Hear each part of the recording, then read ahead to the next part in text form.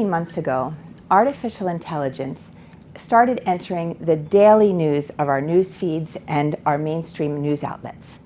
Every single day, we hear something about the launch of a new product, or a new milestone that machine intelligence has reached, or about the risks and the potential impact of this technology on our labor markets, on our creative industries, on our education, on politics, on economies. The reaction of the public ranges from excitement, awe, and wonder, the prospect of increased productivity and creativity for all of us, as well as fear about job losses or dystopian visions of existential threats to humanity. Today, I'd like to focus on the arrival of artificial intelligence into the sector, and some would say the vocation to which I dedicate my life, which is education. So let's start by asking, what is education? What is the purpose of education? It's a deeply human endeavor. Even though some collective education started thousands of years ago, it's only been about 200 years from the early 19th century that the classrooms as we know them today started to take form.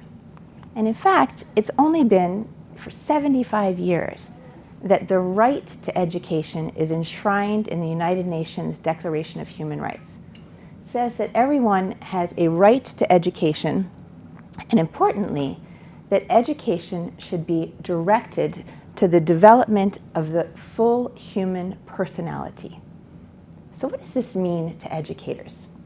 Our job is not just to help students create a list of competencies, although we do work on that. But it's much broader. It encompasses the development of cognitive, emotional, social, and communication skills.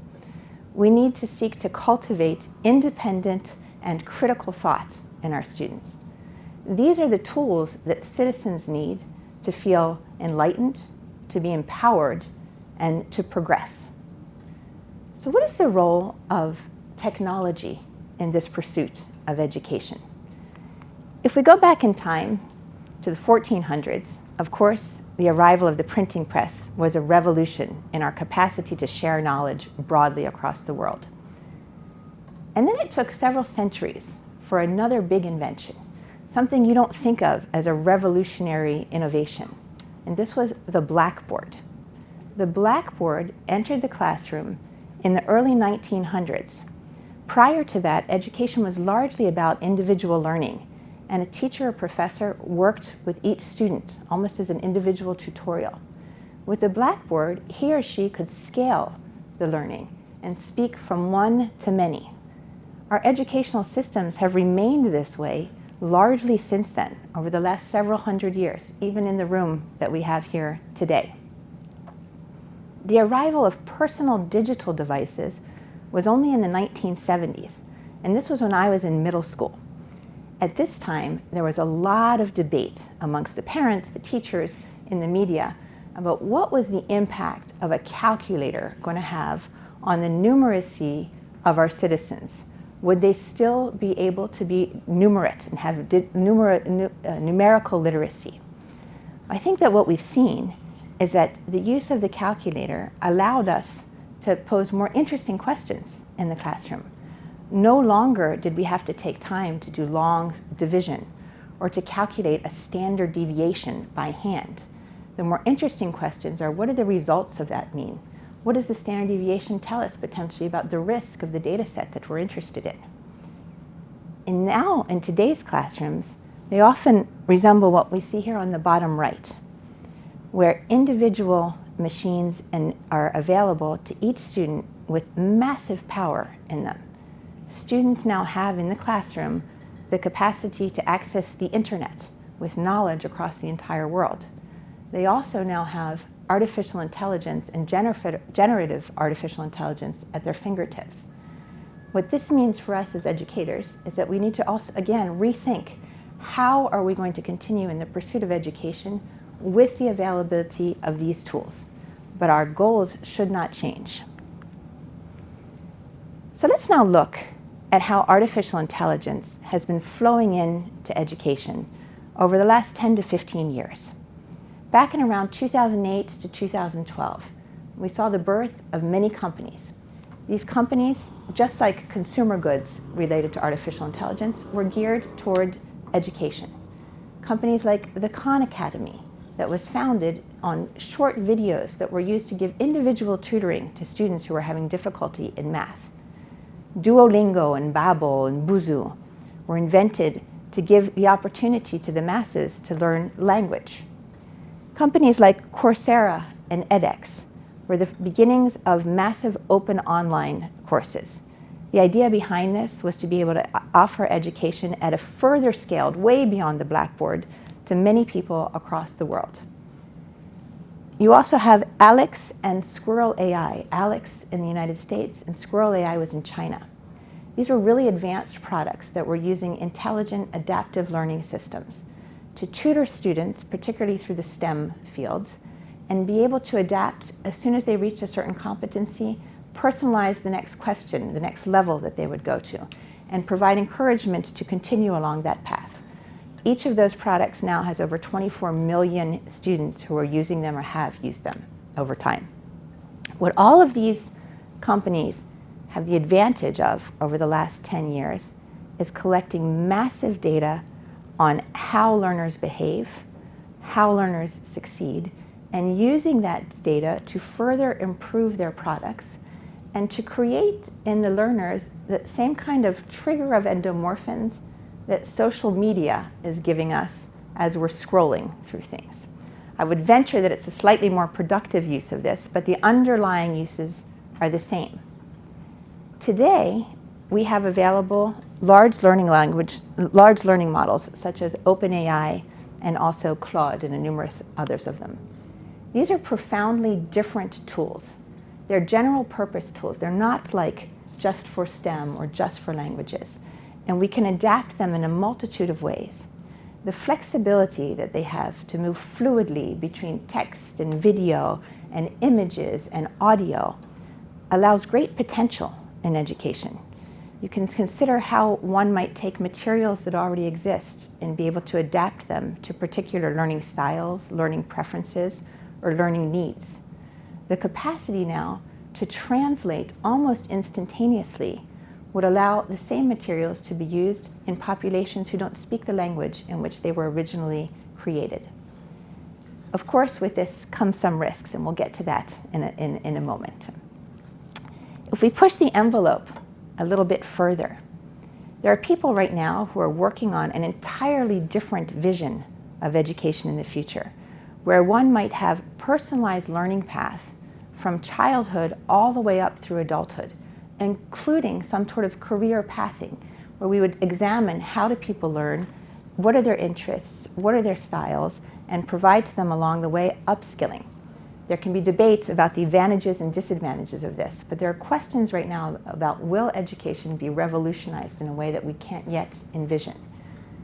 The technology today, beyond voice recognition and image recognition, has also grown to the point where we have emotion recognition and thought capture. In the right-hand picture here, I'm at the World AI Conference 2 years ago, and I'm wearing this contraption, and I'm looking at a screen, and I'm actually doing image classification with this. I was only asked, when you see a lemon, if it's a rotten lemon, count it, and if it's a normal lemon, don't count it. I sat in front of the screen and I did that. In under a minute, I was able to classify more than 1,000 images correctly, with no interaction other than the brain to computer interaction. On the left-hand side, you see an image of students in China. This is from an experiment in 2019. What they're wearing is called the Focus Band. It was created by a team of researchers actually at the Harvard Innovation Lab. And they tested it in the classroom. And what this band does is it has a little monitor in the front here that indicates bright red when the students are at a level of focus and concentration, and lighter blue when they're distracted. I can read that off your faces. I'd rather read it off your faces than on a monitor, but the implications of this technology are quite far-reaching. As it turns out, the Wall Street Journal ran a report on this particular test, and there was such negative feedback from the press and from the media and from general populations that it was stopped. But the same technology is still being used today to train high-level athletes and to help them work on their intense focus at certain times. So questions that arise from this kind of technology that exists as in use and is in sales already today go beyond data privacy. They also go to thought privacy, to mental activity privacy. And some legislators are already beginning to address this. Just recently, the European Union passed the AI Act, and part of that AI Act, it addresses specifically that is prohibited to use emotion detection in schools or in places of work.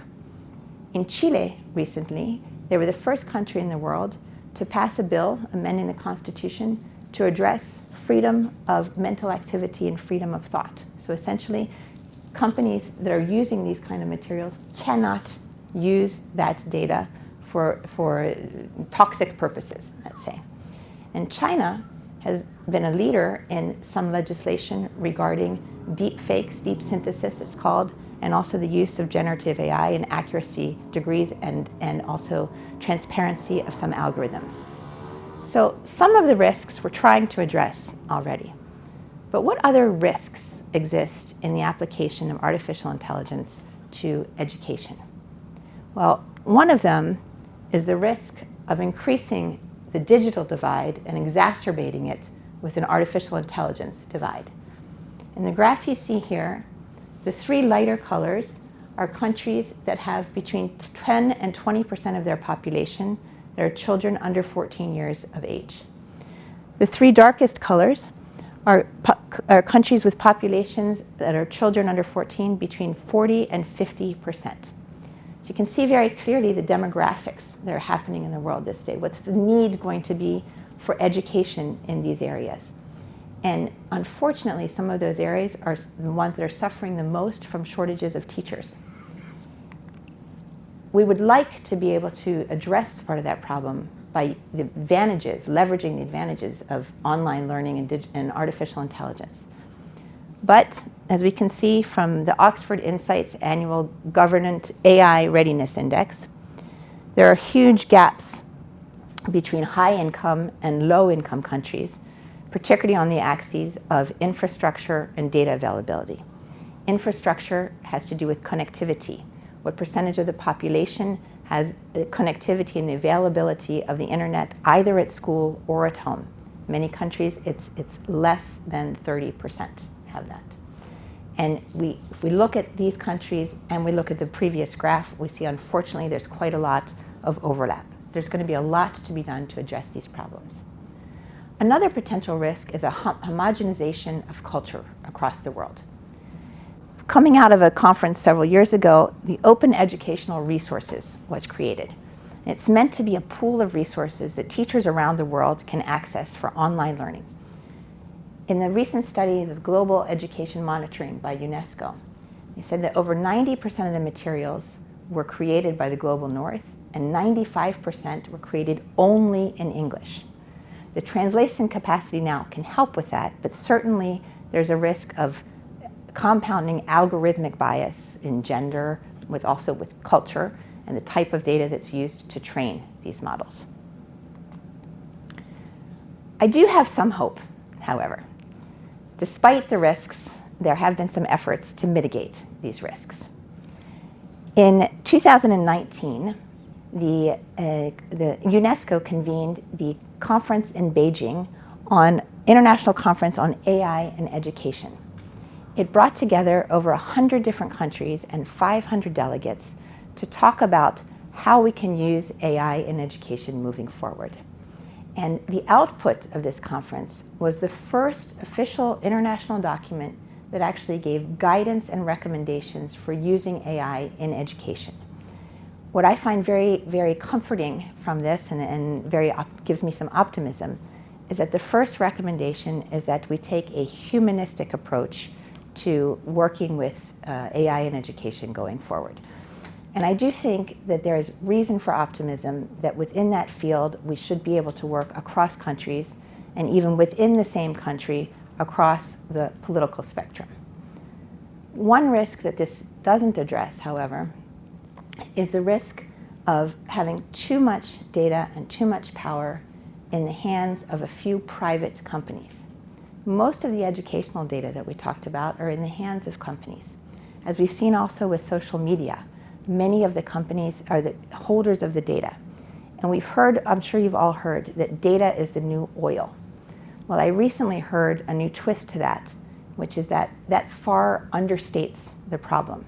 Because unlike oil, data can be reused and repurposed over and over almost an infinite number of times. So it's something that we need to be concerned about as well. It's not just how we're using AI, but how are we going to work with the governance of the ownership of this data moving forward. I would also point out that we have not insufficient amounts of solid research regarding what the impact of these types of technologies and these tools are on human cognition, on human social interaction, and on human learning. Much of what we hear about the benefits are actually coming from the companies who themselves create this. So I would make a call to the research community to really invest in and take time to do both the short-term and the long-term studies on the impact of this type of technology on our learners and on our societies. And from a personal perspective, as educators, I think the big questions that we need to ask ourselves now are how can we leverage and use and integrate this technology that our students in front of us have access to every day to continue our pursuit and our mission of educating the full person? How can we think about what new kind of problems can we address using this technology that we couldn't before? Much in the same way we shifted with a calculator, the kinds of problems that we could address in our mathematics classes. Here it's far more reaching because it touches all fields. It's not simply the technology like a calculator was. But most importantly, I think it's going to be our job to ask ourselves, how can we motivate our students who have this power in their hands to use it responsibly, to ask themselves questions about how can I ethically use this, and to also value the own cognitive struggles that is essential for them to go through for personal development, because that's what will lead to personal growth and to human advancement. So I'm encouraged that I think here many people in this room are down that path, and you've been struggling quite a bit over the last year. I encourage you to continue doing that. And what I'd like to do now is share with you a video, a short video. The video is entirely synthetically generated through AI. It took me about 1 hour from absolute novice to creating this and cost about $3. So just to give you a feel for the kind of power of the tools that are in the hands of many individuals now. Quels aspects de l'intelligence artificielle dans l'éducation sont souhaitables et dans quelle mesure? 您希望让一个人或他的化身来教您或您的孩子吗? शिक्षा का भविष्य केवल प्रौद्योगिकी के बारे में नहीं है, यह इस बारे में है कि हम पूर्ण मानव विकास में निवेश कैसे करना चुनेंगे. ¿Preferirías que una persona o su avatar te enseñe a ti o a tu hijo? ¿Puede usted decir la diferencia? Would you prefer to have a person or her avatar teach you or your child? Can you tell the difference? The future of education is not just about technology. It is about how we will choose to invest in full human development.